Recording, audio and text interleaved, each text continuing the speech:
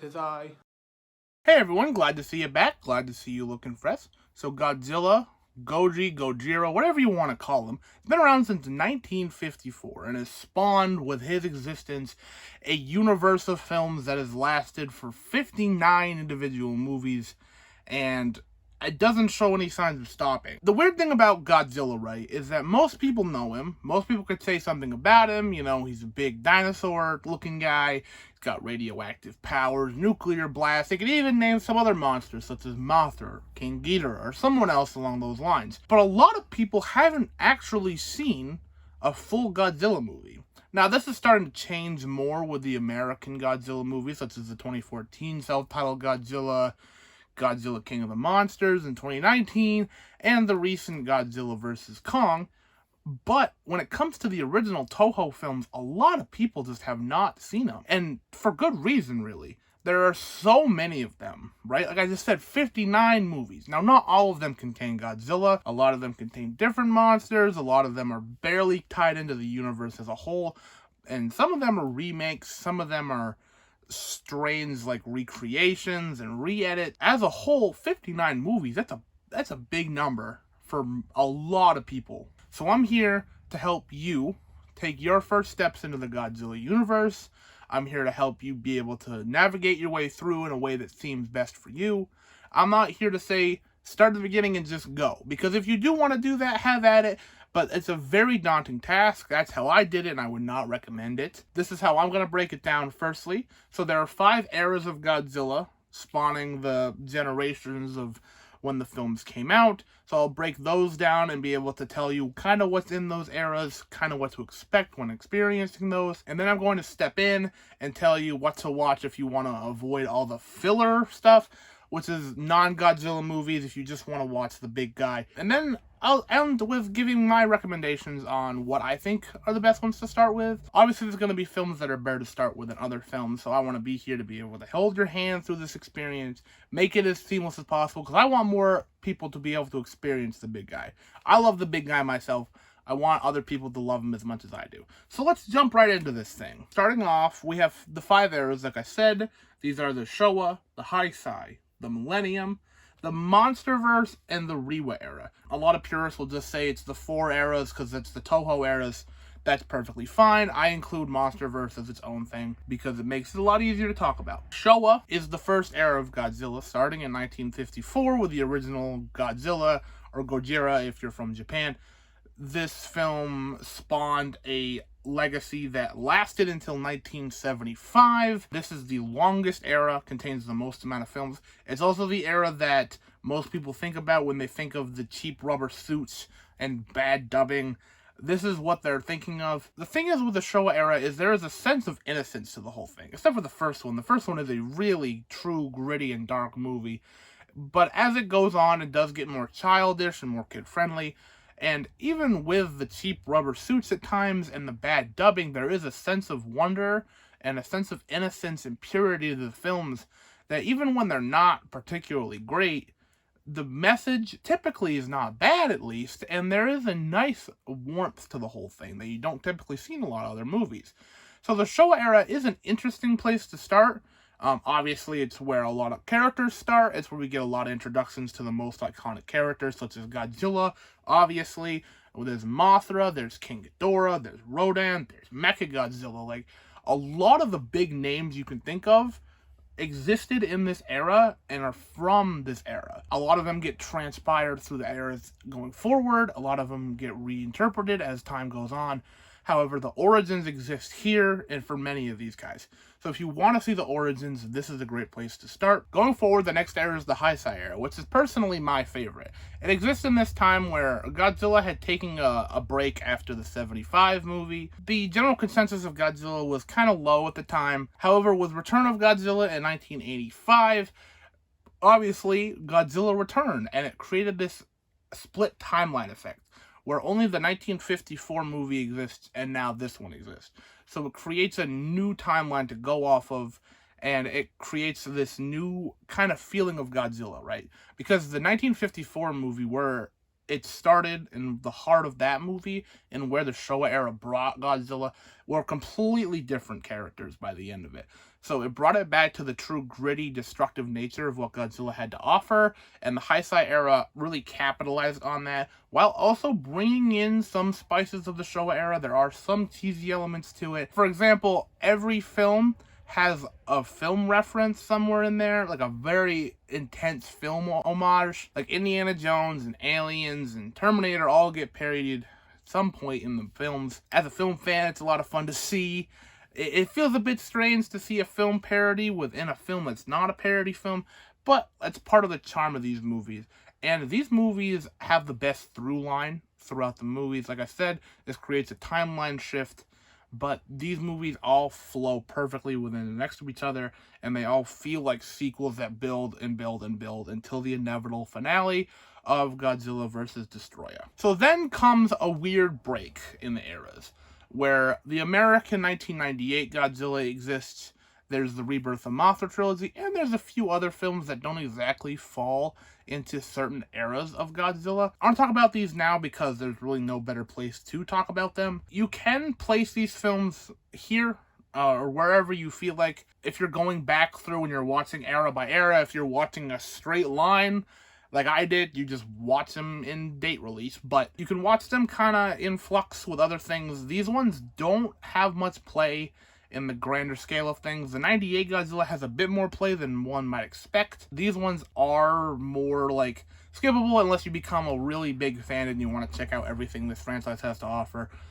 So these films do exist and they're worth mentioning. However, they don't exist in certain eras. And because of the failure of the 98 Godzilla film, not financial failure, the movie actually made a lot of money, but the critical failure and how Japan saw it, Toho decided to bring back Godzilla in their own fashion, and the Millennium era was born, which are 6 movies of... It's a strange thing, I don't really know the word to put it there. These films exist as direct sequels to the 1954 Godzilla film. However, but they don't exist as direct sequels to each other. So, Godzilla 2000 is a direct sequel to 1954's Godzilla. Then the next film is not a sequel to Godzilla 2000. The only exception to the rule here is Godzilla Tokyo SOS and Godzilla Against Mechagodzilla. Those are direct sequels to each other. However, the rest of them exist as only sequels to the first film. These are interesting. They vary in quality because there's no through line, there's no like full-formed characters that exist, except again for those 2 sequels. These all exist in their own weird little bubble.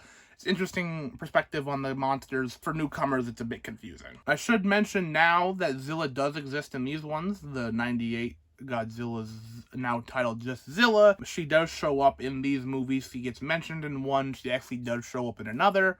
So it's interesting to see that she is a part of the full lexicon of Godzilla creatures, even if she wasn't the most well-received. After Godzilla Final Wars, we took another 10-year break from Godzilla films until America took another crack at it with 2014's Godzilla, which was pretty popular over here and it was well-received in Japan, so it spawned another entire universe of films with the MonsterVerse films. Now this is where we see our modern Kong as well. This era's only 4 films long right now, and I'm excited to see where it goes going forward. However, like I said, being only 4 films long, there's not a lot to talk about here.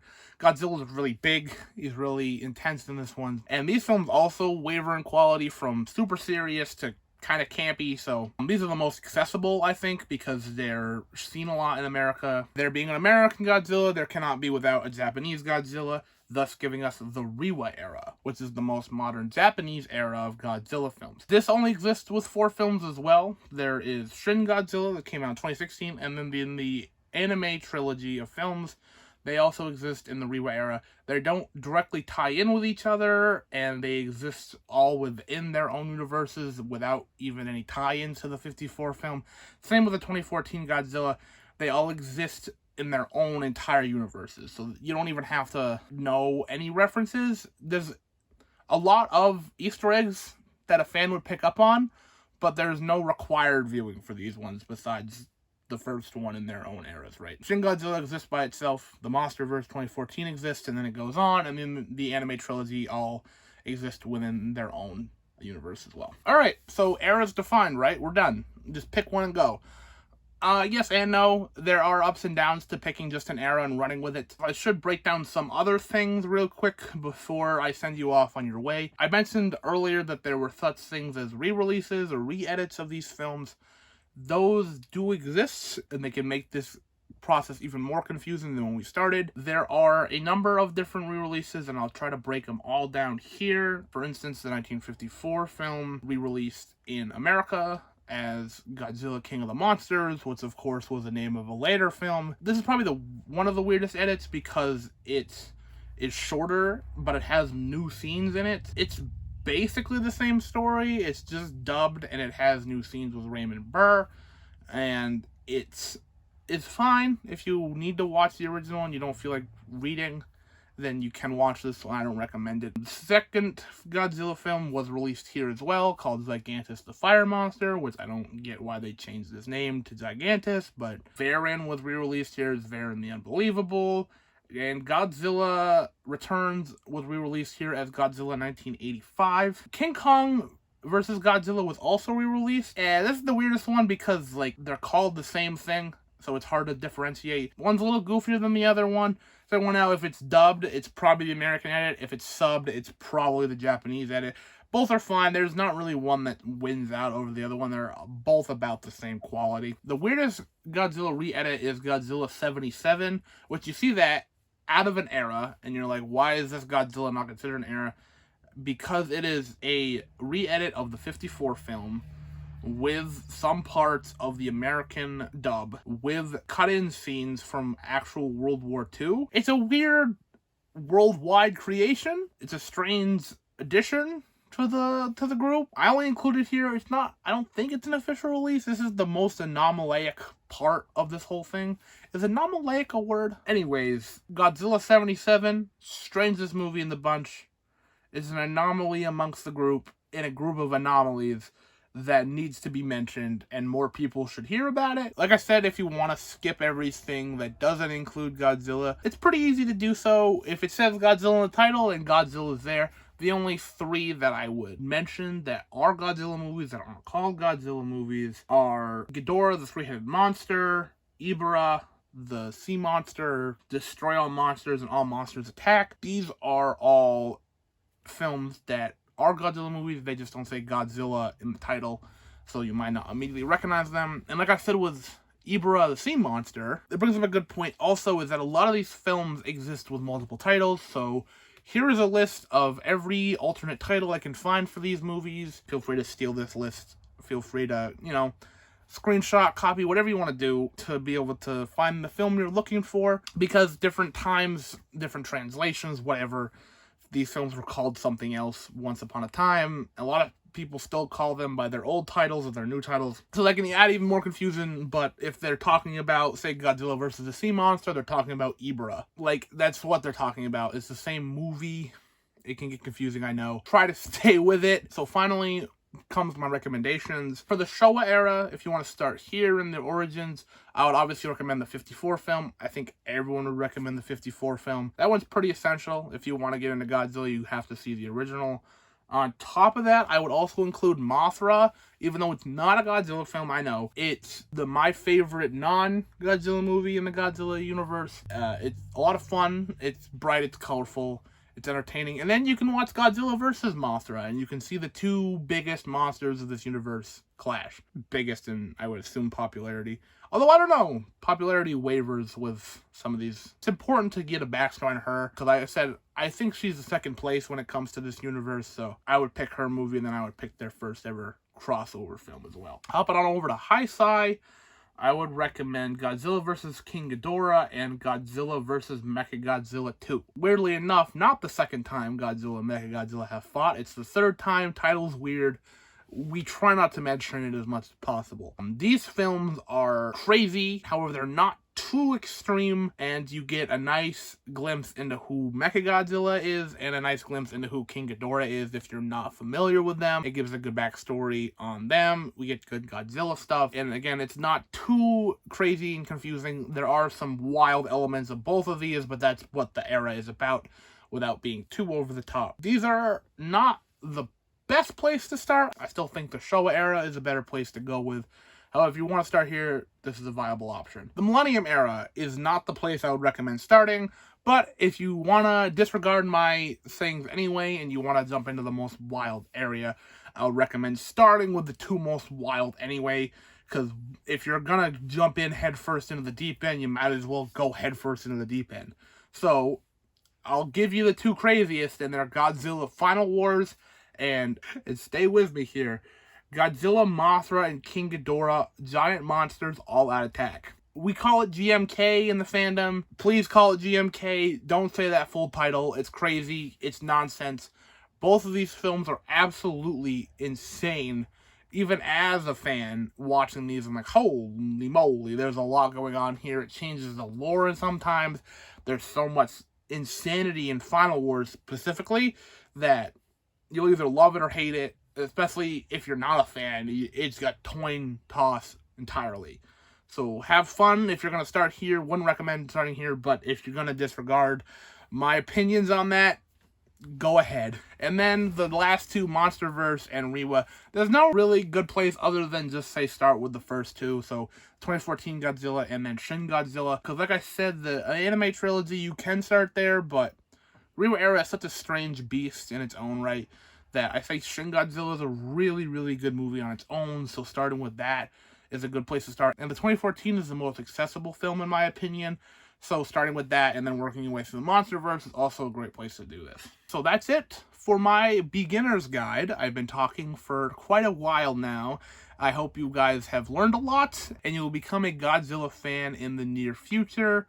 I hope to talk to you guys soon about your favorite Godzilla films, your favorites adventures you took with him. The only issue with watching these movies is sometimes they can be hard to find.